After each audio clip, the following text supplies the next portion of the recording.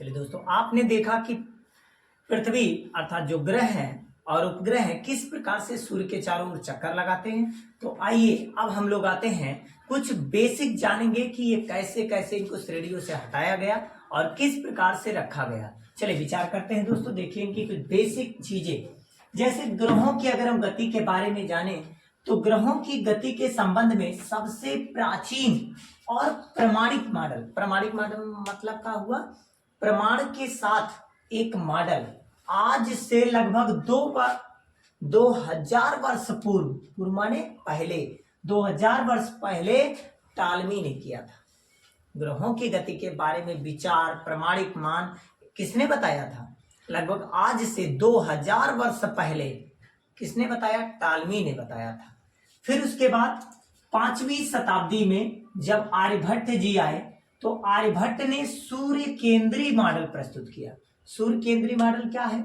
सूर्य केंद्रीय मॉडल का मतलब यह होता है कि सूर्य केंद्रीय मतलब सूर्य एक केंद्र पर स्थित होता है और जो सभी ग्रह हैं वो सूर्य के चारों ओर चक्कर लगाते हैं। ये बात 5वीं शताब्दी में ही बता दिया गया था।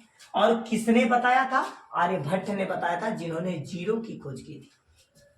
तो आर्यभट्ट ने सूर्य केंद्रीय मॉडल प्रस्तुत किया जिसके अनुसार सभी ग्रह सूर्य के चारों ओर गति करते हैं, चक्कर लगाते हैं। ये बात आज से लगभग 2000 वर्ष पहले हुई थी, लेकिन उसके 5वीं शताब्दी में यह बात बताई गई थी प्रमाण के साथ। फिर वैज्ञानिक आते गए, अध्ययन करते गए, डिस्कवरी होता चला गया। फिर क्या हुआ? लगभग 6वीं शताब्दी में मतलब एक शताब्दी के बाद क्या हुआ? डेनिस के खगोल शास्त्री थे टाइकी ब्रेह, ठीक है, उन्होंने ग्रहों की गति के बारे में विस्तार से अध्ययन किया, उनके बारे में विस्तृत जानकारी प्राप्त की और उन्होंने टाइकी ब्रेह बहुत ज्यादा विचार ग्रहों की गति के बारे में किया। और उसी के बाद इनकी कुछ कारणवश देहांत होने की वजह से इनके शिष्य जो थे, जिनका नाम है कहीं कहीं जानेसी केपलर लिखा जाता है, कहीं कहीं जोहान्स केपलर लिखा रहता है।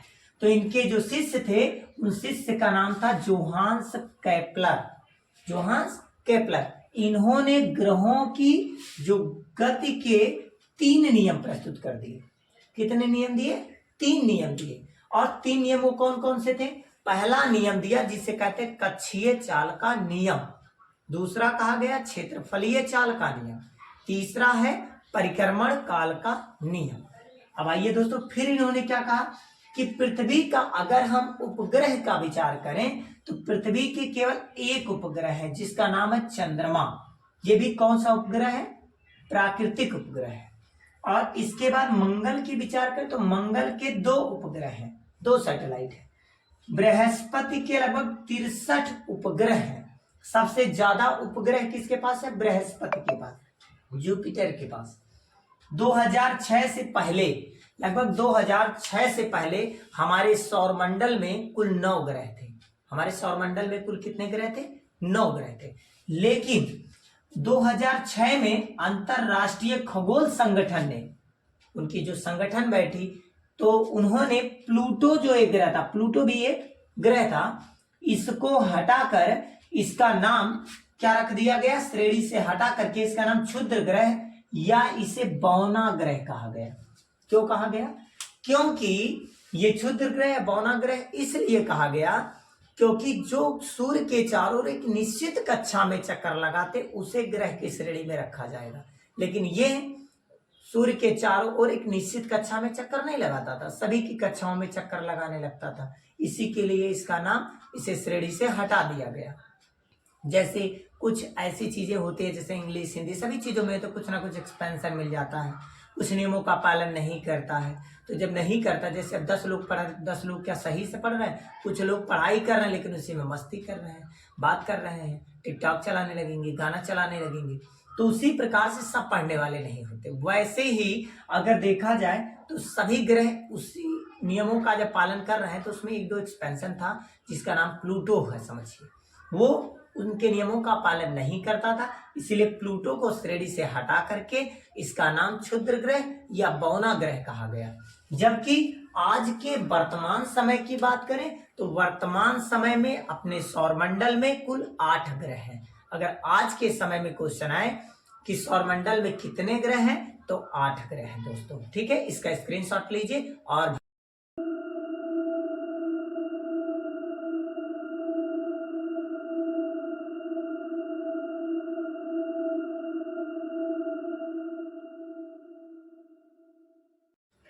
चलिए दोस्तों, my YouTube channel Ankit classes में आप सभी का स्वागत है। गुरुत्वाकर्षण जो कि टॉपिक है उस पर आ रहे हैं चर्चा करने। और चलिए ध्यान देते हैं। सबसे पहले हम लोग जानेंगे कि ये ग्रह क्या होता है, प्लैनेट क्या होता है दोस्तों, और दूसरी चीज उपग्रह क्या होते हैं, सैटेलाइट अर्थात उपग्रह क्या है और ग्रह क्या है, इसके बारे में चलिए विचार करते हैं। तो ग्रह आप नाम सुने होंगे जिसको इंग्लिश में प्लैनेट कहते हैं। प्लैनेट मीन्स होता है ग्रह।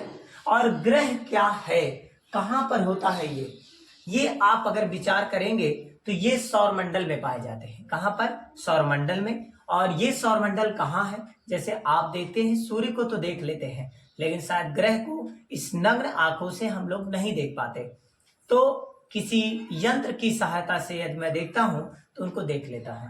तो उसी प्रकार हम लोग यहाँ पर कुछ आभास करेंगे, कुछ आभासी चैप्टर ये समझिए एक प्रकार का है, क्योंकि गुरुत्वाकर्षण बल ही बिना संपर्क में हुए ही कार्य करता है।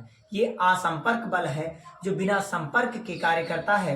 तो उसी प्रकार ग्रहों का विचार हमें बिना देखे करना है और मैं आपको कुछ पिक्चर के माध्यम से आपको दिखाऊंगा। चलिए पहले ध्यान दें कि यहाँ पर, चलिए अब हम लोग आते हैं कि ग्रह क्या है। ग्रह को इंग्लिश में क्या बताया? प्लैनेट।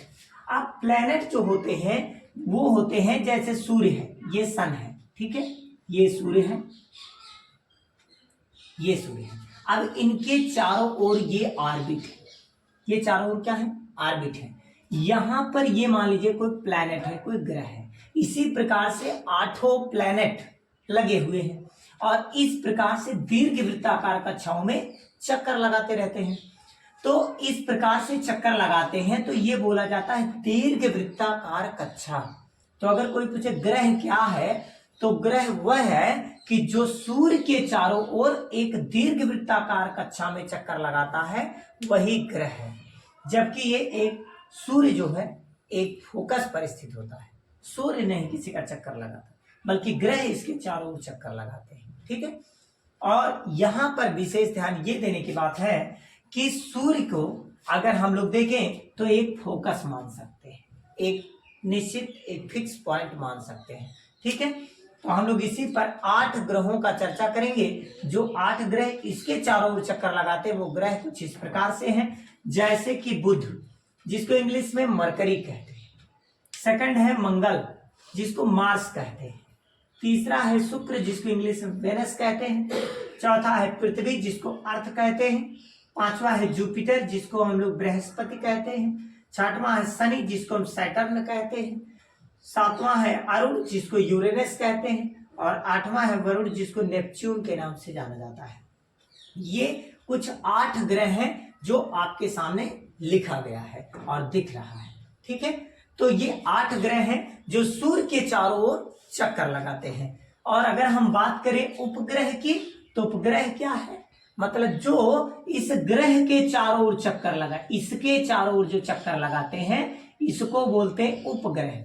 ये है सैटेलाइट, इसको उपग्रह कहते हैं। ये ग्रह के चारों ओर चक्कर लगाते हैं तो उन्हें कहते हैं उपग्रह। जैसे राष्ट्रपति और उपराष्ट्रपति की कंडीशन होती है, सेम ग्रह और उपग्रह वाली कंडीशन समझिए। ठीक है। तो उपग्रह ग्रह के चारों ओर चक्कर लगाते हैं। तो अगर ये उपग्रह ना होते तो शायद आज चंद्र ग्रहण, सूर्य ग्रहण जो घटनाएं आपको देखने को मिलती हैं वो सब ना मिलती। ठीक है। आज चंद्र ग्रहण, सूर्य ग्रहण हो रहा है तो इन्हीं की देन है, उपग्रहों की देन है। लेकिन उपग्रह भी 2 प्रकार के होते हैं, एक कृत्रिम उपग्रह होते हैं और एक प्राकृतिक उपग्रह होते हैं। कृत्रिम उपग्रह को इंग्लिश में आर्टिफिशियल सैटेलाइट कहते हैं और प्राकृतिक उपग्रह को इंग्लिश में नेचुरल सैटेलाइट कहते हैं। ये प्राकृतिक उपग्रह उसे कहा जाता है कि जो गॉड गिफ्टेड हो, मतलब जो हम लोगों के द्वारा ना बनाया जाए। गॉड गिफ्टेड है मतलब पहले से वो बना हुआ है, तो वो प्राकृतिक उपग्रह कहलाता है। जैसे चंद्रमा, अपने पृथ्वी का उपग्रह है। पृथ्वी का एक उपग्रह कौन है? चंद्रमा, क्योंकि चंद्रमा पृथ्वी का चक्कर लगाता है। पृथ्वी एक ग्रह है और चंद्रमा एक उपग्रह है, ठीक है। उसको सैटेलाइट, और जिसमें हम लोग हैं उसका नाम है अर्थ, अर्थात प्लैनेट, ग्रह जिसको कहते हैं। अब हम लोग विचार करेंगे कृत्रिम उपग्रह क्या होते हैं। कृत्रिम उपग्रह वह होता है कि जो मानव द्वारा निर्मित होता है। अगर कोई व्यक्ति बना करके और उसे छोड़ दिया है और वह ऑर्बिट में चक्कर लगा रहा है तो वह हो जाता है कृत्रिम उपग्रह, आर्टिफिशियल सैटेलाइट। तो जो मानव द्वारा निर्मित होगा उसे कहेंगे आर्टिफिशियल सैटेलाइट, ठीक है दोस्तों। अब आते हैं कुछ इसकी बेसिक जानकारी को प्राप्त करेंगे। अब यहीं से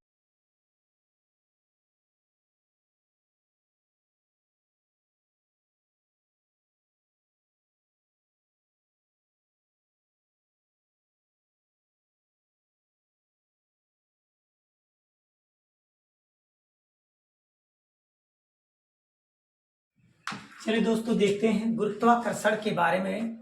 गुरुत्वाकर्षण चैप्टर में एक हेडिंग है, ग्रहों की गति के संबंध में कैप्लर ने जो 3 नियम दिए हैं वो 3 नियम इस प्रकार से हैं, जिसमें से हम लोग तीनों नियमों के बारे में चर्चा करेंगे और जानेंगे कि ये जो हमारे सौरमंडल है उस सौरमंडल में जो ग्रह सूर्य के चारों ओर परिक्रमा करते हैं वो किस प्रकार से करते हैं और किस प्रकार के मोशन होते हैं उन पर विचार करेंगे दोस्तों। चलिए आते हैं टॉपिक पर, आप लोग वीडियो पे कंटिन्यू बने रहिएगा।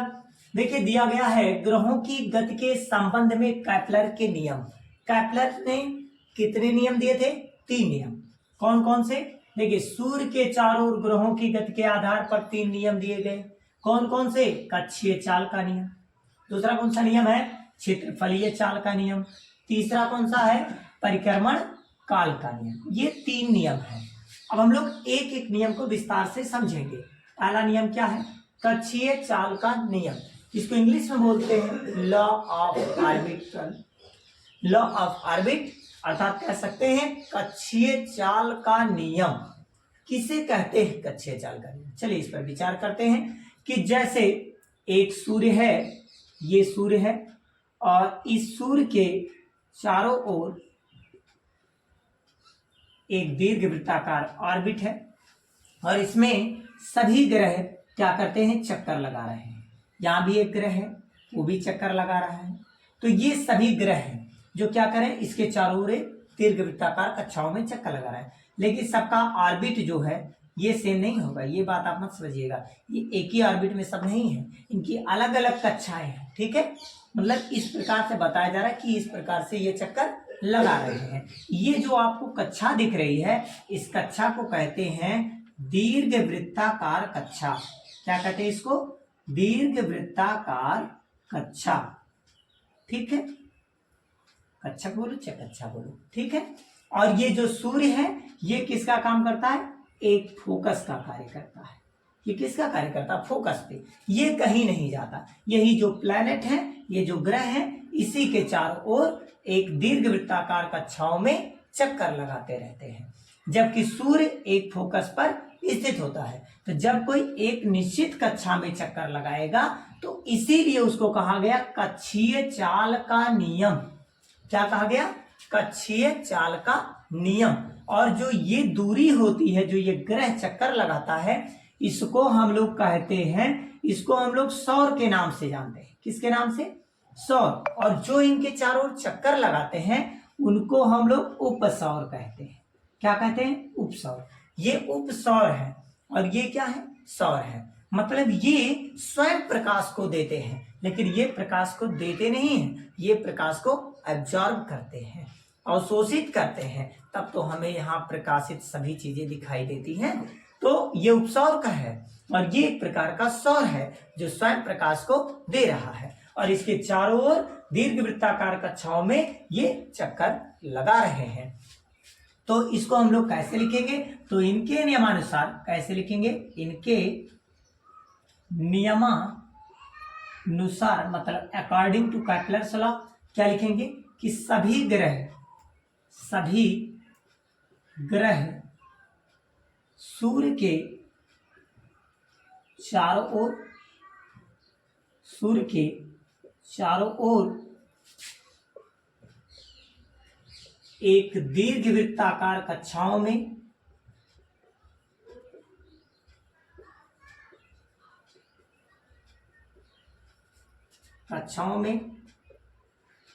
चक्कर लगाते हैं, जबकि सूर्य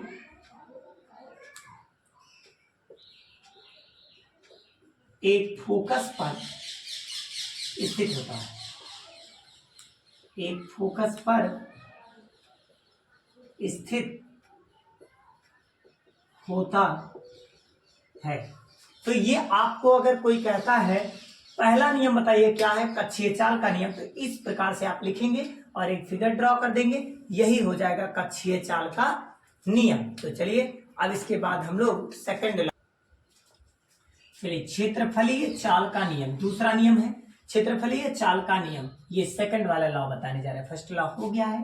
क्षेत्रफलीय चाल का नियम क्या है, इससे ही क्लियर है, लॉ ऑफ एरियल वेलोसिटी।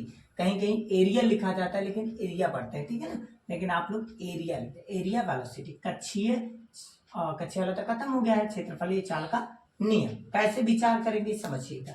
जैसे ये एक सूर्य है जो एक फोकस पर स्थित है, ये कहीं नहीं जा रहा है, ठीक है ना, और इसके चारों ओर एक दीर्घवृत्ताकार कक्षा है। ये कौन सा कक्षा है, दीर्घवृत्ताकार। ये कोई प्लैनेट है, कोई ग्रह है, इसका नाम ए लेते हैं, और यहां पर कोई यही ग्रह गति करते हुए यहां पर पहुंचता है, ठीक है, तो इसका नाम लेते हैं बी। और ए से बी जब ये आ रहा है तो यहां से सूर्य को फोकस समझिएगा और यहां से इस पर विचार करिए। ए से बी तक आने में मान लीजिए t1 समय लगा, और ये क्षेत्रफल जो है वो A1 तय किया। फिर कोई अगर प्लैनेट यहां पर होता, भाई उसकी निश्चित कक्षा होती, कोई यहां पर कक्षा होती, लेकिन थोड़ा बहुत देखा जाता है, ठीक। अगर यहां पर है, यही चीज अगर यहां से यहां चलता तो इससे और इसको जो मिलाने वाली रेखा होती, ये क्षेत्रफल A2 तय करता। तो ये जो क्षेत्रफल A2 है, ये वाला एरिया, ये वाला, और ये वाला जो एरिया है, ये वाला, ये एरिया लगभग लगभग दोनों आपस में कैसे हो जाते, बराबर हो जाते। तो इस प्रकार के नियम को क्षेत्रफलीय चाल का नियम कहते हैं, कि जब कोई ग्रह, इसको परिभाषा कैसे लिखते हैं, कि जब कोई ग्रह किसी सूर्य से मिलाने वाली एक काल्पनिक रेखा समान समयांतरालों में समान दूरी तय करती है या समान चाल से चलती है, तो उसे हम लोग क्षेत्रफलीय चाल का नियम कहते हैं। मतलब कि जैसे 5 सेकंड में एक ग्रह ए से चलकर बी पर आता है, तो ये भी 5 सेकंड में ही यहां से चलकर यहां तक आता है, मतलब सी से चलकर डी तक आता है। तो एरिया भी तो समान कवर करेगा, तो उसे हम लोग कहते हैं क्षेत्रफलीय चाल का नियम। मतलब जितना ए एरिया कवर करेगा उतना ये भी कवर करेगा, समान समय अंतरालों में समान क्षेत्रफल तय करेगा। तो कैसे लिखेंगे इसको, चलिए हिंदी भाषा में लिखते हैं। किसी ग्रह को सूर्य से मिलाने वाली, सूर्य से मिलाने वाली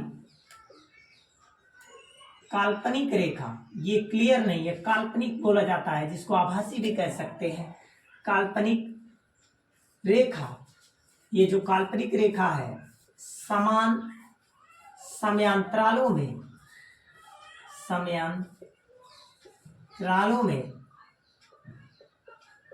समान क्षेत्रफल तय करती है, समान क्षेत्रफल तय करती है, क्षेत्रफलीय चाल का नियम कहलाती है। मतलब कि जो A1 एरिया है और जो A2 एरिया है, ये लगभग लगभग आपस में कैसे होंगे, बराबर होंगे। इसी को हम लोग क्षेत्रफलीय चाल का नियम कहते हैं। जितना ये आगे बढ़ेगा उतना ये भी आगे जाएगा। तो इस प्रकार से ये दीर्घवृत्ताकार कक्षाओं में चक्कर लगाते रहते हैं, ठीक है। ये है क्षेत्रफलीय चाल का नियम। अब अगला आते हैं अगर आपसे कोई पूछ ले कि द्वितीय नियम किस संरक्षण के सिद्धांत पर कार्य करता है, तो यह कोणीय संवेग संरक्षण के सिद्धांत पर कार्य करता है, क्योंकि ये घूमते समय कोण को बनाता है, कोण को कांस्टेंट रखता है। ठीक है, तो इसलिए कोणीय संवेग के संरक्षण पर कार्य करता है। परिक्रमण काल का नियम, इनके नियमानुसार, मैंने इसलिए पहले लिख देता हूं कि जिससे वीडियो लॉन्ग ना हो, नहीं तो बहुत ज्यादा लॉन्ग हो जाएगी, इसलिए शॉर्ट में करने के लिए कुछ चीजें पहले लिखनी पड़ रही है। ठीक है, तो अगर हम बात करें इनके अकॉर्डिंग, थर्ड लॉ में क्या बताया गया कि प्रत्येक ग्रह, मतलब जो सभी ग्रह होते हैं, वो क्या करते हैं, सूर्य के चारों ओर एक दीर्घ वृत्ताकार कक्षाओं में चक्कर लगाएंगे। मतलब इस प्रकार से पूरा दीर्घ वृत्ताकार कक्षा में चक्कर लगाएंगे। लेकिन ये जो एक चक्कर लगाने में लगा समय होता है उसे परिक्रमण काल कहते हैं। ठीक है, जिसको हम लोग टी से लिखते हैं, टी मीन्स टाइम पीरियड, इसीलिए पहला वर्ड टी है, इसलिए टी लिखते हैं। फिर क्या है, का वर्ग, मतलब जो परिक्रमण काल टी है, इसका वर्ग जो है वो उसके ग्रह के दीर्घ वृत्ताकार कक्षा के अर्ध दीर्घ मतलब आधे को अगर हम दीर्घ बना के चले तो अर्ध दीर्घ अक्ष के जो ए है, यहां से लेकर यहां तक की दूरी, मतलब ए जो है इसके तृतीय घात के, देखिए लिखा हूं, तृतीय घात के क्या होता है, समानुपाती होता है या अनुक्रमानुपाती होता है। ठीक है, जब ये 3 गुना बढ़ाएंगे तब ये 2 गुना बढ़ेगा। समझ रहे हैं ना बात को? तो चलिए अब आगे बढ़ते हैं। तो यहां से हम लोग ये समझ सकते हैं कि अगर हम प्रोपोर्शनल का साइन लगाएं तो इस प्रकार होगा, और अगर यही हटा दे तो कांस्टेंट के और ए पर क्यूब आएगा। अगर यही चीज विचार करें, सवाल लगाना हो तो कैसे लगाएंगे, T1 बाई T2 पूरे का whole square is equal to A1 by A2 और पूरे का होल क्यूब करके इस पर आप न्यूमेरिकल लगा सकते हैं इस टॉपिक पर। लेकिन ये कैसे आया इसको हम सिद्ध करवाने चलते हैं दोस्तों। चलिए अब सिद्ध कैसे करेंगे देखिएगा, इसको रफ कर दे रहे हैं, प्रूफ कैसे करेंगे इसको रफ कर दे रहे हैं हम, स्क्रीनशॉट आप लेते रहिएगा। चलिए सिद्ध कैसे किया जाए, सबसे पहले हम लोग निकालेंगे दीर्घ वृत्त का क्षेत्रफल। दीर्घ वृत्त का क्षेत्रफल क्या होता है, तो हम लोग निकालते हैं, क्या करेंगे, दीर्घ वृत्त के क्षेत्रफल के लिए इसका और इसका गुणा करेंगे, किसमें, पाई ए बी। क्या सूत्र होता है दीर्घ वृत्त के क्षेत्रफल का, पाई ए बी। अब अगर हम लोग क्षेत्रफलीय चाल के नियम से सूत्र निकाले तो क्षेत्रफलीय चाल के नियम में क्या होता है, D A by D T, A माने एरिया, क्षेत्रफल, और ये क्या है, समयांतराल। तो समान से समयांतराल में समान क्षेत्रफल तय करती है, इसे क्या कहते हैं, क्षेत्रफलीय चाल का नियम। और इसमें क्या रहता था, मान कांस्टेंट रहता था, और ये जब कांस्टेंट रहता था तो इसकी कुछ वैल्यू होती थी कांस्टेंट की, वो वैल्यू क्या है, हाफ थी, जिसको 1/2 कहते थे, और उसको कोणीय संवेग जे बटा 2m होता था। ठीक है, उसका कुछ मास भी होता था, ये फार्मूला जे बटे में, और यहाँ पर 2m है, मल्टीप्लाई होके 2m आएगा। ठीक है, ऐसे जे एकन्नम जे और 2 का m में गुणा कर देंगे 2m हो जाएगा। और आप यहाँ से यल की वैल्यू भी निकाल सकते हैं, यल बराबर क्या होता है, अगर मैं इसमें इससे भाग दे दूं तो मुझे यल भी मिल जाएगा, लंबाई मिल जाएगी। तो यल बराबर क्या हो जाएगा, b बटे में a। इस तरह से आप निकाल सकते हैं। इसके नीचे एक होता है, गुणा कर सकते हैं, b एकन्नम b और यल का a में कर देंगे, क्या हो जाएगा, यल a। क्लियर। अब आइए और आगे बढ़ते हैं, परिक्रमण काल का सूत्र लगाएंगे।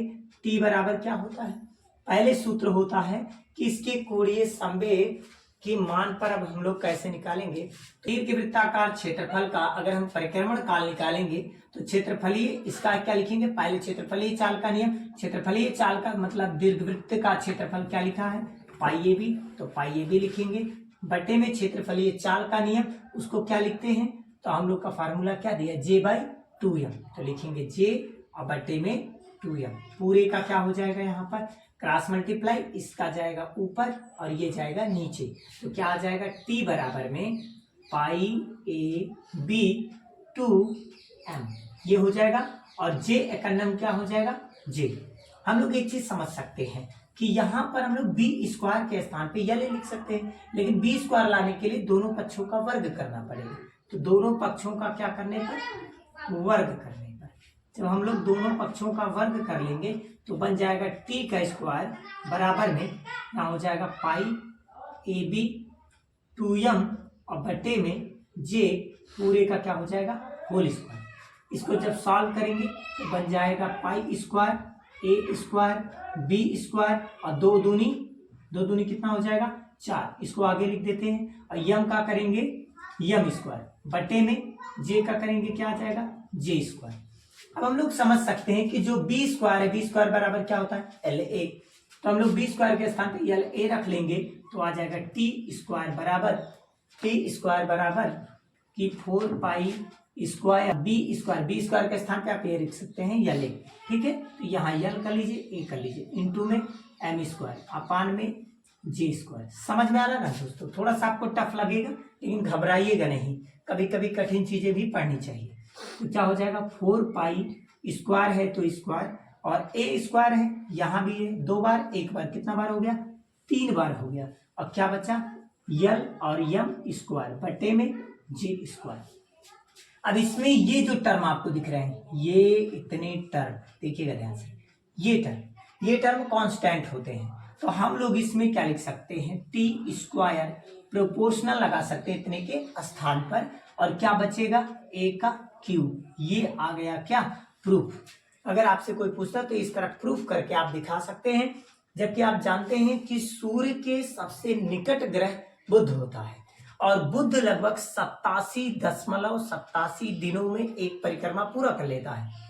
लेकिन वही नेपच्यून की बात करें, वरुण की बात करें तो वो 164.79 दिनों में एक चक्कर कंप्लीट करता है।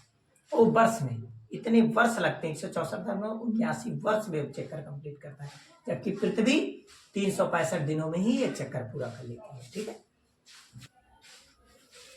देखिए सन 1686 ईस्वी में सर आइजैक न्यूटन ने यह बताया था कि गुरुत्वाकर्षण क्या होता है। जब वो एक बागीचे में एक सेब के पेड़ के नीचे बैठे, उस समय वो सेब पेड़ से नीचे गिरा तो उनके दिमाग में कई प्रश्न बनने लगा कि ये सेब जो है ये किस चीज के कारण ये नीचे की ओर आ जा रहा है, क्यों ऊपर नहीं गया या फिर मेरे ऊपर क्यों नहीं गिरा। तो इस प्रश्नों का उत्तर देने के लिए वहां पर उपस्थित सभी लोगों से जब वो पूछा तो उसका आंसर सभी लोगों ने पागल कहकर बताया कि इसका दिमाग चढ़ गया। पूछ रहा सेब क्यों नीचे गिरा, क्यों ऊपर नहीं गया। सही बात, अगर आपसे ही हम कोई ऐसे क्वेश्चन पूछें तो आप अगर उस क्वेश्चन का आंसर नहीं जानते तो कभी कभी आप चिड़चिड़ा उठते हैं। तो ऐसी कुछ तो कंडीशंस होती हैं, कुछ नेचर कुछ भी है होता है, लेकिन उन्होंने इससे कोई घबराहट नहीं की और प्रयास करते रहे और प्रयास करने के बाद उन्होंने आज ये सिद्ध कर दिया कि गुरुत्वाकर्षण का भी नियम होता है, जिसकी वजह से कोई भी चीज ऊपर की ओर नहीं जा सकती, नीचे चली जाती है। अर्थात यहाँ पर गुरुत्वाकर्षण बल पाया जाता है जो एक दूसरे को आकर्षित करता है। ये कभी भी एक दूसरे को प्रतिकर्षित नहीं कर सकता है, मतलब कि यह केवल अपनी ओर खींच सकता है, किसी चीज को ढकेल नहीं सकता। जैसे ये ऑब्जेक्ट है फेंका, लेकिन ये देखो पुनः नीचे आ जा रहा है, तो ये किसकी देन है? गुरुत्वाकर्षण बल की देन है। यहाँ गुरुत्वाकर्षण बल है तो इस वस्तु पर पृथ्वी के द्वारा इस पर गुरुत्व बल कार्य कर रहा है, जिसकी वजह से इसको पृथ्वी की सतह की ओर खींच ले रहा है। तो ये कहाँ से मिला? गुरुत्वाकर्षण बल से मिला। तो गुरुत्वाकर्षण बल की खोज सर आइजैक न्यूटन ने सन 1686 में ही की थी, लेकिन एक पुस्तक भी बनाया है जिसका नाम है प्रिंसिपिया। उसमें इन्होंने इसका विस्तार से चर्चा भी किया है, गति के नियम के बारे में भी बताया था। और हम लोग आते हैं इनके बारे में और भी कहानी समझेंगे। इन्होंने बताया कि इस ब्रह्मांड में उपस्थित सभी कण, जितने भी कण होते हैं, सब एक दूसरे को आकर्षित करते हैं और उसी बल को गुरुत्वाकर्षण बल कहते हैं। और वह गुरुत्वाकर्षण बल सभी जगहों पर विद्यमान है। ठीक है, तो इन्होंने क्या बताया, एक छोटा सा एग्जाम्पल लेकर चलते हैं। जैसे एक मान लीजिए कि ये पिंड है जिसका द्रव्यमान m1 है, इसका द्रव्यमान क्या है m1, और एक ये पिंड है जिसका द्रव्यमान है m2, केंद्र ये है। अब इसके केंद्र से इसके केंद्र की जो दूरियां हैं वो स्मॉल r है, दो पिंडों के बीच की दूरी स्मॉल r है।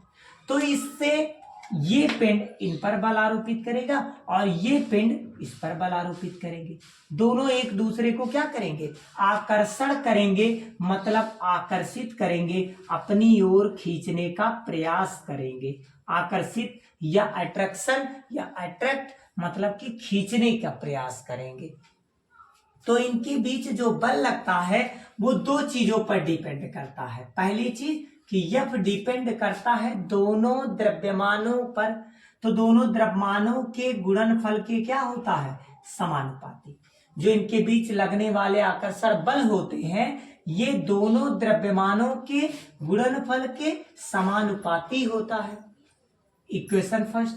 और आप कह सकते हैं यदि मैं इनके बीच की दूरी बढ़ा दूं तो ये इनके बीच की दूरी के जो वर्ग के व्युत्क्रमानुपाती होता है। मतलब ये कि जब किसी की दूरी बढ़ेगी तो आकर्षण क्षमता घटेगी। जैसे आप मेला देखने गए और आपके 4 लड़के हैं। अब एक लड़का अगर मेले से गायब हो जाए, दूसरा आपसे दूर दूर हो गया कि नहीं हो गया। अब 4-6 लड़के तो एक साथ आप बाहुबली तो हो नहीं गए, सभी को पकड़ लेंगे। तो जैसे जैसे आपसे दूरियां बढ़ेंगी वैसे वैसे आकर्षण क्षमता घटेगी। अब पास में है तो तेजी से पकड़े हुए तो वो कहाँ जाएगा। तो वैसे ही दूरियां बढ़ने से आकर्षण क्षमता घटती है। तो यह प्रोपोर्शनल में, अब ये व्युत्क्रमानुपाती क्यों पढ़ते हैं, क्योंकि ये बटे में है। जब नीचे हो जाता है तो व्युत्क्रम बोलते हैं। व्युत्क्रम माने उल्टा, मतलब आप बढ़े तो हम घटे, हम घटे तो आप बढ़े, या कोई बढ़े या घटे। तो ऐसे चीजों में व्युत्क्रमानुपाती पढ़ा जाता है। और एक बढ़े दूसरा भी बढ़े तो समानुपाती या अनुक्रमानुपाती कहा जाता है। इंग्लिश में प्रोपोर्शनल कहते हैं। तो बल जो है ये दूरी के वर्ग के व्युत्क्रमानुपाती होता है, क्योंकि उल्टा है। दूरी बढ़ेगी तो ये घटेगा। तो चलिए अब मैं समीकरण 1 और 2 को मिला दूं। इक्वेशन फर्स्ट एंड समीकरण 1 व 2 से। तो समीकरण 1 व 2 से मिलाऊंगा तो क्या बनेगा, लेफ्ट लेफ्ट सेम है। तो देखो m1 और m2 का गुणा जब 1 में करेंगे तो m1 m2 हो जाएगा और नीचे लिखा है r²। जब प्रोपोर्शनल को हटाऊंगा तो कांस्टेंट आएगा g और यहां बनेगा m1 m2 और बटे में r²। ये बनेगा, क्या बनेगा, यह बराबर g m1 m2 बटे r²। ध्यान से देखो ना तो पिटाई कर देंगे। अब देखो यहाँ क्या बनेगा, क्रॉस मल्टीप्लाई। अब इसमें अगर हम विचार करें ये कैपिटल G क्या है, ये क्या है, कैपिटल G। कैपिटल G का मतलब होता है सार्वत्रिक गुरुत्वाकर्षण नियतांक। इसको हम लोग कहते हैं सार्वत्रिक गुरुत्वाकर्षण नियतांक। ठीक है। इसके बारे में अध्ययन कौन से साइंटिस्ट ने किया है, तो कैवेंडिश ने किया था। इसके नीचे एक होता है, क्रॉस मल्टीप्लाई कर लेंगे तो क्या हो जाएगा, g m1 m2 is equal to, cross multiply करेंगे तो f का r² में करेंगे f²। अब अगर मैं g को रोक लूं तो ये m1 m2 चला जाएगा नीचे, f² बटे m1 और m2। अगर किसी भी पिंड पर, किन्हीं दो पिंडों के बीच लगने वाले आकर्षण बल, जो ये खिंचाव हो रहा है, अगर ये बल पता हो और इनके बीच की दूरी पता हो और इनका द्रव्यमान पता हो तो हम कैपिटल G का मान निकाल सकते हैं। लेकिन ये कैपिटल G का मान कैवेंडिश नामक वैज्ञानिक ने सोने की 2 टुकड़े मतलब 2 गेंद को लेकर के पता किया था। तो कैवेंडिश जो इसका मान पता किए थे वो मान है G का 6.67 × 10⁻⁻11 न्यूटन मीटर स्क्वायर पर किलोग्राम स्क्वायर। इन्होंने ज्ञात किया था, किसने, कैवेंडिश ने, सोने की 2 ठोस गोलों पर अध्ययन करके। ठीक है। तो हम लोग और आगे विचार करेंगे। चलिए इतना नोट कर लीजिए, आप लोग स्क्रीनशॉट ले लीजिएगा। अब इसके बाद इन्होंने क्या किया, चलिए देखते हैं। अब इसके बाद आते हैं कि इसके मात्रक क्या होते हैं। तो हम लोग कैपिटल G के अगर मात्रक बनाए तो कैपिटल G का मात्रक क्या होगा, बल का मात्रक क्या होता है, न्यूटन। बल का मात्रक SI पद्धति में क्या है, न्यूटन, और CGS पद्धति में डाइन। 1 न्यूटन में 10⁵ डाइन। तो अब दूरी लिखा, दूरी का मात्रक मीटर और स्क्वायर लगा है तो क्या होगा, मीटर स्क्वायर बटे द्रव्यमान का मात्रक किलोग्राम इसका भी मात्रक किलोग्राम, किलोग्राम किलोग्राम का गुणा होगा, क्या हो जाएगा, किलोग्राम का स्क्वायर, तो बन जाएगा किलोग्राम का स्क्वायर, न्यूटन मीटर स्क्वायर पर किलोग्राम स्क्वायर। या फिर आप ऐसे लिखें, या फिर आप ऐसे भी लिख सकते हैं, कैसे, न्यूटन मीटर स्क्वायर, किलोग्राम को ऊपर ले जाएंगे तो किलोग्राम पे -2 हो जाएगा। इस प्रकार से आप लिख सकते हैं, ठीक है, ये मात्रक हो गया। अगर बीमा की बात करते हैं, डायमेंशन कैसे लिखी जाती है, तो बीमा में, जिसको बीमा नहीं आता वो मात्रक और बीमा में जाकर बीमा सीख सकते हैं। न्यूटन की बीमा क्या होती है, बल का मात्रक है, तो इसकी बीमा होती है ml t पर -2, और मीटर को लेंथ कहते हैं, तो लेंथ को यल से, तो यल पे, जब मीटर पे स्क्वायर है तो यल पे भी स्क्वायर। किलोग्राम किसका मात्रक, द्रव्यमान, द्रव्यमान को मास कहते हैं, तो यम लिखेंगे, स्क्वायर लगाए तो स्क्वायर लगा लीजिए। अब यम एक बार यहाँ, 2 बार यहाँ, कितनी बार हो गया, 3 बार। यल एक बार यहाँ है, 2 बार यहाँ है, कितनी बार हो गया, 3 बार। t-2 है और कहीं नहीं है, तो -2, ये बन गया m³ l³ t पर -2। ये किसकी बीमा है, ये बीमा है। अच्छा, आप एक चीज नहीं ध्यान दिए, देखिए यहाँ जो किलोग्राम है यहाँ पर माइनस है, तो यहाँ भी माइनस लगाएंगे, तो यहाँ से जब कैंसिल होगा तो यहाँ 3 ना आकर के -1 आएगा। सॉरी, इसके लिए थोड़ी सी गलती हो गई थी, आप लोग इसका विशेष ध्यान देंगे, और जो त्रुटि हमसे कभी कभी हो जाए तो आप लोग कमेंट बॉक्स में बताएंगे, उसको सुधारने का प्रयास करेंगे, ठीक है। तो चलिए और आगे हम लोग बढ़ते हैं। इसके बाद न्यूटन के कुछ छोटे छोटे पॉइंट के बारे में, कि इस गुरुत्वाकर्षण बल की वजह से जो हम लोग को बल प्राप्त होते हैं वो कौन कौन से बल हैं, तो आप स्क्रीनशॉट ले लीजिए, तब आगे की ओर बढ़ते हैं। चलिए देखिए, गुरुत्वाकर्षण से कौन कौन से बल प्राप्त होते हैं। तो गुरुत्वाकर्षण से जो बल हमें मिलते हैं, जैसे अभिकेंद्र बल गुरुत्वाकर्षण बल से ही मिलता है। अभिकेंद्र बल कहाँ से मिलता है, गुरुत्वाकर्षण बल से मिलता है, जिसको हम लोग सेंट्रीपिटल फोर्स कहते हैं। और एक है, ये तो अभिकेंद्र बल है, और एक होता है जिसको हम लोग कहते हैं गुरुत्व बल, ये भी बल है, इसका नाम गुरुत्व बल है। और ये 2 बल हमें गुरुत्वाकर्षण से ही मिलते हैं। लेकिन अगर हम गुरुत्वाकर्षण बल की बात करें तो ये जो गुरुत्वाकर्षण बल होता है, अगर गुरुत्वाकर्षण बल की बात करें तो गुरुत्वाकर्षण बल को हम लोग Fg से लिखते हैं। किससे, F सफिक्स में g, कभी भी अगर ऐसे लिखना हो तो ऐसे लिखिए, F सफिक्स में g, ठीक है। इसको कहते हैं गुरुत्वाकर्षण बल, ठीक। और यह जो होता है, जिसमें जो कैपिटल G है, ये सार्वत्रिक गुरुत्वाकर्षण नियतांक है, मतलब इसका मान 6.67 पूरे 10 पे पावर -11 न्यूटन मीटर स्क्वायर पर किलोग्राम स्क्वायर होता है। और यह जो होता है, यह केवल आकर्षण कर सकता है, यह केवल क्या कर सकता है, केवल आकर्षित कर सकता है, केवल खींच सकता है, धकेल नहीं सकता, ठीक है। नहीं तो ढकेल सकता तो आप लोग जो नहीं पढ़ रहे हैं, आप लोग को भी धक्का मार के गिरा देते हैं, लेकिन ऐसा नहीं होता है। क्यों, क्योंकि ये केवल आकर्षित कर सकता है। अगली चीज विचार करें तो यह है, चाहे जहां पर आप चले जाएंगे सभी जगह यह कार्य करेगा, ठीक है। अगली चीज, इसी की वजह से आज आप देखते हैं कि बहुत सारी चीजें यहाँ पर विद्यमान है, स्थित है, रुकी हुई, ठीक है।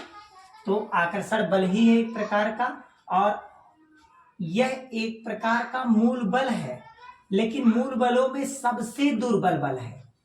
अपने यहाँ 4 मूल बल पाए जाते हैं, जिसमें सबसे दुर्बल बल है गुरुत्वाकर्षण बल, जो केवल आकर्षण करता है। और इसमें 2 बल मिलते हैं, एक का नाम है अभिकेंद्र बल। अभिकेंद्र बल को क्या लिखते हैं हम लोग, इसे हम लोग यफ से लिखते हैं। किससे व्यक्त करते हैं, यफ से। यफ मतलब फोर्स, मतलब अभिकेंद्र बल से व्यक्त करते हैं, अभिकेंद्र बल को यफ से व्यक्त करते हैं। और यफ बराबर होता है mv² बटे में r, ये सूत्र होता है अभिकेंद्र बल का। अगर किसी का द्रव्यमान, वेग और त्रिज्या पता है तो अभिकेंद्र बल निकाल सकते हैं। और गुरुत्व बल क्या होता है, यह किसी वस्तु पर पृथ्वी द्वारा लगाया जाता है। किसके द्वारा लगाया जाता है, पृथ्वी द्वारा। कहाँ लगाया जाता है, किसी वस्तु पर या किसी व्यक्ति पर लगाया जाता है। जैसे हमने इस वस्तु को फेंका तो ये मार्कर नीचे आया, तो इस पे कौन सा बल लगा? गुरुत्व बल लगा। ये बल है वो, जिसकी वजह से ये चीज पुनः सतह की ओर आ जाती है। तो कोई भी चीज अगर आप भी जंप करेंगे तो आप भी नीचे की ओर चले जाएंगे। किसकी वजह से? गुरुत्व बल की वजह से। इसी की वजह से आज वायुमंडल, अपने जो वायुमंडल में चारों तरफ वायुमंडल है, ये इसी के वजह से रुका हुआ है। वायुमंडल में जो पार्टिकल्स हैं छोटे छोटे, ये सब क्या है? गुरुत्व बल की देन है, कि इसकी वजह से ये यहाँ विद्यमान है और हमारी आवाज आप तक पहुंच जाती है, आपकी आवाज हम तक पहुंच जाती है। ये गुरुत्व बल की देन है। अगली चीज विचार करें तो गुरुत्व बल की वजह से ज्वार-भाटा भी आता है। गुरुत्व बल अगर देखें तो हमारे वायुमंडल में जो अन्य पार्टिकल्स हैं, इसकी वजह से कोलाइडी, आपको विलयन भी देखने को मिलता है। ये सभी घटनाएं गुरुत्व बल की देन है। गुरुत्व बल की वजह से हम आसानी से चल सकते हैं, दौड़ सकते हैं, रुक सकते हैं, आराम कर सकते हैं। ये तभी संभव है। ठीक है, तो हम लोग आगे आते हैं। तो इसमें गुरुत्वाकर्षण बल के अगर सूत्र की चर्चा करें तो F बराबर G m1 m2 बटे में क्या होता है? r स्क्वायर होता है। ठीक है, तो इस प्रकार से ये कुछ बल है जिसके द्वारा मान निकाला जाता है। और ये बल हम लोग इसी में और आगे चलेंगे पॉइंट के बाद। अब और आगे चलते हैं। स्मॉल जी गुरुत्वीय त्वरण तथा कैपिटल जी सार्वत्रिक गुरुत्वाकर्षण नियतांक में संबंध। स्मॉल जी तथा कैपिटल जी में संबंध, शॉर्टकट में बोले तो स्मॉल जी और कैपिटल जी में संबंध क्या होता है? स्मॉल जी क्या है और कैपिटल जी क्या है? तो जैसे अगर हम किसी वस्तु को फेंकते हैं, कि कोई वस्तु फेंकते नीचे आ जा रहा है, तो ये क्या है? गुरुत्वीय त्वरण है। क्योंकि गुरुत्व बल की वजह से जब पृथ्वी की ओर, पृथ्वी की सतह की ओर आकर्षित होती है, तो इसको आने या जाने में इसमें त्वरण उत्पन्न होता है और वह त्वरण गुरुत्वीय त्वरण कहलाता है। या हम किसी वस्तु को ऊपर की ओर फेंके या फिर नीचे की ओर, तो उसमें कुछ ना कुछ गुरुत्वीय त्वरण होगा। अब हम लोग विचार करते हैं कि जब कोई वस्तु हम ऊपर की ओर फेंकते हैं तो क्या लगता है उस पर? तो गुरुत्वाकर्षण बल लगता है, जिसका न्यूटन के नियमानुसार अगर हम लोग देखें, न्यूटन के गुरुत्वाकर्षण के नियम से क्या बनेगा? F बराबर G m1 m2 बटे में क्या होता है? r square. ये बना लीजिए समीकरण नंबर 1। अगली चीज, वस्तु का कुछ ना कुछ बल लगेगा, तो वस्तु पर लगने वाले बल, वस्तु पर लगने वाले बल अगर हम लोग चर्चा करें बल की, तो बल जो लगता है भाई उसका कुछ ना कुछ मास होगा और कुछ ना कुछ ग्रेविटी उसे खींच रही होगी। तो उसका मास जो है m है और ग्रेविटी खींचेगी तो g लगाएंगे, तो F बराबर क्या हो जाएगा? mg। इसको बना लेते हैं समीकरण नंबर 2। अब समीकरण 1 व 2 से, समीकरण 1 व 2 से, तो समीकरण 1 व 2 से देखें तो लेफ्ट लेफ्ट सेम है, तो राइट राइट भी सेम होगा। G m1 m2 बटे में r स्क्वायर और बराबर में क्या है? mg। अगर हम लोग एक स्मॉल m की चर्चा करें तो ये एक स्मॉल m और mg ये तभी कटेगा जब कहीं पृथ्वी पर एक मास m द्रव्यमान का स्थित हो। जैसे मान लीजिए ये अर्थ है, ये क्या है? अर्थ है, ये पृथ्वी है और ये पृथ्वी का द्रव्यमान जो है me का मतलब अर्थ ऑफ मास, पृथ्वी का द्रव्यमान, और यहां से यहां तक की दूरी ये पृथ्वी की त्रिज्या है। अर्थ ऑफ रेडियस, चाहिए हो सभी दुनिया केंद्र से बराबर होती है। और यहाँ पर कोई m द्रव्यमान का एक पिंड रखा गया है, तो इनके बीच की ये दूरियां हैं re, तो रखेंगे तो ये बनेगा m1 और ये बनेगा m2। तो m1 के स्थान पे बोलिए क्या लिख सकते हैं? यहीं से रफ कर एक लाइन बच जाएगा आपका, यहाँ हो जाएगा me और m2 के स्थान पे स्मॉल m। देखिए स्मॉल m से स्मॉल m कैंसिल, लेकिन त्रिज्या के स्थान पे क्या लिखेंगे? कैपिटल R, तो यहाँ पर लिख दीजिएगा कैपिटल RE। ठीक है, अर्थ ऑफ रेडियस। अब देखिए स्मॉल m से स्मॉल m कैंसिल, तो G इज इक्वल टू क्या आ गया? कैपिटल G me बटे में RE का स्क्वायर। अगर आपसे संबंध कोई पूछता है तो स्मॉल जी बराबर कैपिटल जी एम ई बटे में आर ई स्क्वायर बताएंगे। ठीक है, ये है स्मॉल जी और कैपिटल जी में संबंध। अगली चर्चा करें तो स्मॉल जी में स्मॉल जी का जो मान है, चलिए देखते हैं, इसको स्क्रीनशॉट ले लीजिएगा। अब स्मॉल जी का जो मान होता है, स्मॉल जी बराबर स्मॉल जी का जो मान है ये होता है 9.8 मीटर पर सेकंड स्क्वायर। ये गुरुत्वीय त्वरण है, कहीं कहीं पर इसको लगभग में 10 मीटर पर सेकंड स्क्वायर भी लिखा जाता है। ये गुरुत्वीय त्वरण जो है इसका मान हम लोग इस तरह से निकाल सकते हैं, क्योंकि कैपिटल जी का मान अगर आपको पता है तो आप वैल्यू फाइंड कर सकते हैं जी का मान। और जी का मान सबको बताया था मैंने, 6.67 गुणे 10 पे पावर -11 न्यूटन मीटर स्क्वायर पर किलोग्राम स्क्वायर। ठीक है, ये क्या है स्मॉल जी, यहाँ से हम लोग फाइंड कर सकते हैं। अब और आगे आते हैं, इसकी वैल्यू कैसे फाइंड करेंगे, क्या आगे बढ़ते हैं।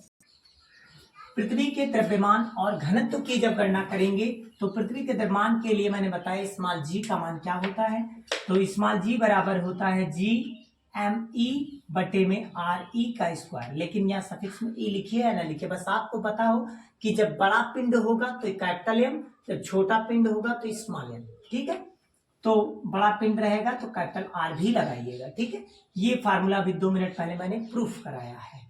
अब मैं क्रॉस मल्टीप्लाई करूंगा तो इसका मल्टीप्लाई इसमें होगा तो जीएम का नाम हो जाएगा जीएम, और स्मॉल जी का आर स्क्वायर में मल्टीप्लाई होगा जी आर स्क्वायर। हमें चाहिए यम, तो यम को अगर मैं रोकूंगा तो ये कैपिटल जी चला जाएगा नीचे, जी आर स्क्वायर बटे में कैपिटल जी। और सभी को पता है कि घनत्व बराबर होता है द्रव्यमान बटे आयतन। घनत्व बराबर द्रव्यमान बटे में आयतन। घनत्व को डी से लिखते हैं, बहुत लोग डी लिखते हैं, बहुत लोग इसी को रो बनाते हैं, कोई दिक्कत की बात नहीं है।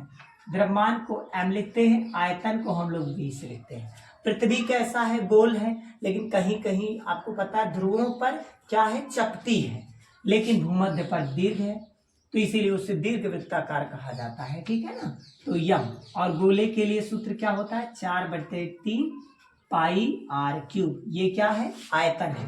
4/3 पाई आर क्यूब क्या है, आयतन है। तो अगर मैं क्रॉस मल्टीप्लाई करूं तो इसका मल्टीप्लाई इसमें, तो एम का नाम यम हो जाएगा, इसका मल्टीप्लाई इसमें होगा तो 4/3 पाई आर क्यूब और इंटू में हो जाएगा रो। तो अगर मैं वैल्यू यहाँ पुट कर लूं तो 4/3 पाई आर क्यूब और रो और is equal to small G R square बटे में कैपिटल जी। अगर मुझे यहाँ से घनत्व की गणना करनी है तो घनत्व को रोकेंगे, ये क्रॉस मल्टीप्लाई होगा तो ये जो 3 है ये चला जाएगा ऊपर, तो हो जाएगा 3g आर स्क्वायर, और बटे में ये जो 4 पाई आर क्यूब है ये चला जाएगा नीचे, मतलब 4 पाई आर क्यूब और कैपिटल जी। ये निकल जाएगा फार्मूला। अगर आपसे कोई पूछता है कि पृथ्वी के द्रव्यमान से घनत्व की गणना कैसे करते हैं, तो इस प्रकार से करते हैं। और आगे बढ़ते हैं, चलिए अब और आगे बढ़ेंगे हम लोग। पृथ्वी से चंद्रमा पर भार क्या होता है, पृथ्वी पर और चंद्रमा पर अगर आपको भार पता करना है तो कैसे पता करते हैं। चलिए हम लोग देखते हैं कि जो हम लोगों का भार नॉर्मल पृथ्वी पर है, अगर हम लोग सबसे पहले पृथ्वी पर अपना भार निकालेंगे तो किस फार्मूले पर निकालेंगे। अब पृथ्वी पर भार किस प्रकार से निकालते हैं, आपको पता है कि F बराबर mg होता है, F बराबर mg, और mg W को भी लिख सकते हैं, भार को भी कह सकते हैं, क्योंकि W बराबर भी mg होता है, जिसमें दिशा की भी आवश्यकता होती है। कभी कभी पूछा जाता है द्रव्यमान और भार में क्या अंतर है, तो द्रव्यमान एक अदिश राशि, क्योंकि उसमें दिशा नहीं होती, लेकिन भार में दिशा भी होती है। ठीक है, तो इसीलिए वो सदिश राशि है भार, तो W बराबर भी mg लिखा जा सकता है। अब F बराबर हम लोग सूत्र पढ़े G m1 m2 और बटे में क्या पढ़े आर स्क्वायर, और ये पृथ्वी के द्रव्यमान के लिए अगर मैं सॉल्व करूंगा तो G और कैपिटल M और क्या बनेगा स्मॉल m और बटे में क्या बनेगा आर स्क्वायर, और पृथ्वी का करेंगे तो कैपिटल आर स्क्वायर, लेकिन अभी रहने दीजिए स्मॉल आर। ठीक है, यहाँ जो F है इसके स्थान पे हम लोग mg और mg के स्थान पे W। अगर मैं चंद्रमा पर या पृथ्वी पर भार देखूंगा, अगर पृथ्वी देखूं तो पृथ्वी को इंग्लिश में अर्थ कहते हैं, तो WE होगा, और बराबर में हो जाएगा G, और यहाँ हो जाएगा M E, और यहाँ हो जाएगा M, और बटे में क्या हो जाएगा R²। ये कब होगा? ये हम लोग पाएंगे पृथ्वी पर भार। क्या पाएंगे? पृथ्वी पर भार। लेकिन अगर यही भार हम लोग चंद्रमा पर चले जाए, यही हम लोग कहाँ चले जाए? चंद्रमा पर। तो चंद्रमा पर अगर चले जाएंगे तो भार क्या हो जाएगा? देखिए, चंद्रमा पर अगर हम लोग भार के अनुसार समझें तो ये जो पृथ्वी का भार होगा WE, ये हो जाएगा G, और ये जो द्रव्यमान हम लोगों का होता है ये चंद्रमा का 100 गुना होता है। तो 100 गुना होता है मतलब 100 से गुणा हो जाएगा। किसमें? चंद्रमा वाले द्रव्यमान में। और क्या लिखा है? स्मॉल m, और बटे में क्या लिखा है? जो रेडियस है, जब मास बढ़ेगा तो रेडियस भी बढ़ेगी। रेडियस कितना बढ़ता है? 4 गुना, तो 4 गुना हो जाएगा। अब इसको जब आप सॉल्व करेंगे तो ये बन जाएगा G। और आप एक सूत्र और भी जानते हैं, और अगर हम यही मून पर निकाले, चंद्रमा पर भार निकाले होते तो WM होता, और WM पर यहाँ पर हम निकाल दे रहे हैं अलग से। WM बराबर हो जाएगा G और कैपिटल MM और इंटू में स्मॉल m बटे में R²। ठीक है, अब यहाँ देखिए हम लोग इसको सॉल्व करेंगे। 100 आगे आ जाएगा, और यहाँ से 4 चौका 16 आगे आ जाएगा। क्या बचेगा? G MM और स्मॉल m और बटे में R², और इसके स्थान पे हम लोग WM लिख सकते हैं। तो 16 से जब कट करेंगे तो ये आ जाएगा WE बराबर 6 दशमलव कुछ आएगा, तो उसको 6 लेट कर सकते हैं, और इसके स्थान पे क्या लिख सकते हैं? WM। अच्छा, अगर मैं WM को रोक लूं तो WM को जब हम लोग रोकेंगे तो ये 6 चला जाएगा नीचे, मतलब यहाँ पर पृथ्वी के भार में अगर मैं 6 से भाग दे दूं तो चंद्रमा पर मेरा भार कितना होगा ये पता चल जाएगा। जैसे कोई कह दे कि मैं या मेरा भार पृथ्वी पर कितना है? 36 किलो है, मैं 36 किलोग्राम का हूं अगर पृथ्वी पर, तो चंद्रमा पर मैं कितने किलोग्राम का रह जाऊंगा? तो आप तुरंत यहाँ 36 लिखिएगा और यहाँ 6 से भाग दीजिएगा, चंद्रमा पर आपका भार 6 रह जाएगा, 6 किलोग्राम।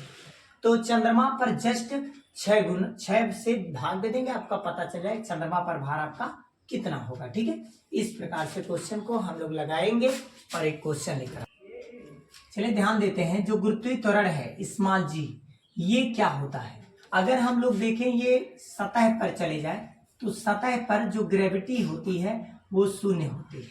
जैसे ये है, ये हिस्सा है, ये पृथ्वी है मान लीजिए, यहाँ से ये जो इसका है ये वाला हिस्सा, ये जो है इसको बोलते हैं पोल, अर्थात इसको हम लोग ध्रुव कहते हैं। ठीक है, इसको ध्रुव कहते हैं। और ये जो हिस्सा है इसको कहते हैं भूमध्य, भूमि का मध्य। ठीक है, ये भूमध्य है, इसको RE करते हैं, और ये आपका पोल है, इसको A समझिए, रेडियस समझ लीजिए। ठीक है, तो ये जो ध्रुव है यहाँ पर कुछ हिस्सा चपटा होता है, तो इसीलिए कहा जाता है ध्रुवों पर जो पृथ्वी होती है ये चपटी होती है, ये चपटी होती है, जबकि इस तरह से थोड़ी सी विस्तार होती है, दीर्घ वृत्त में होती है। तो स्मॉल g का मान सतह पर शून्य होता है। लेकिन अगर हम पोल पर देखें, पोल पर मतलब ध्रुवों पर अगर हम स्मॉल g का मान चेक करें तो स्मॉल g का मान पोल पर मैक्सिमम होता है, मतलब अधिकतम होता है। कहाँ पर? पोल पर। लेकिन अगर यही चीज कहाँ चले जाए? भूमध्य पर, तो भूमध्य पर स्मॉल g का मान जो होता है वो न्यूनतम होता है, मतलब कम से कम होता है। कहाँ पर कम से कम होता है? भूमध्य पर g का मान बहुत कम होता है, और ध्रुवों पर अधिकतम, सतह पर शून्य होता है। इस बात पर विशेष ध्यान देंगे और आप लोग इस बात को याद रखेंगे। चलिए दोस्तों, ये क्वेश्चन आपके जीडी में आया हुआ क्वेश्चन है, गुरुत्वाकर्षण से। SSC जीडी, रेलवे, इन टाइप कंपटीशन क्वेश्चन में इसी टाइप के क्वेश्चन बनते हैं दोस्तों।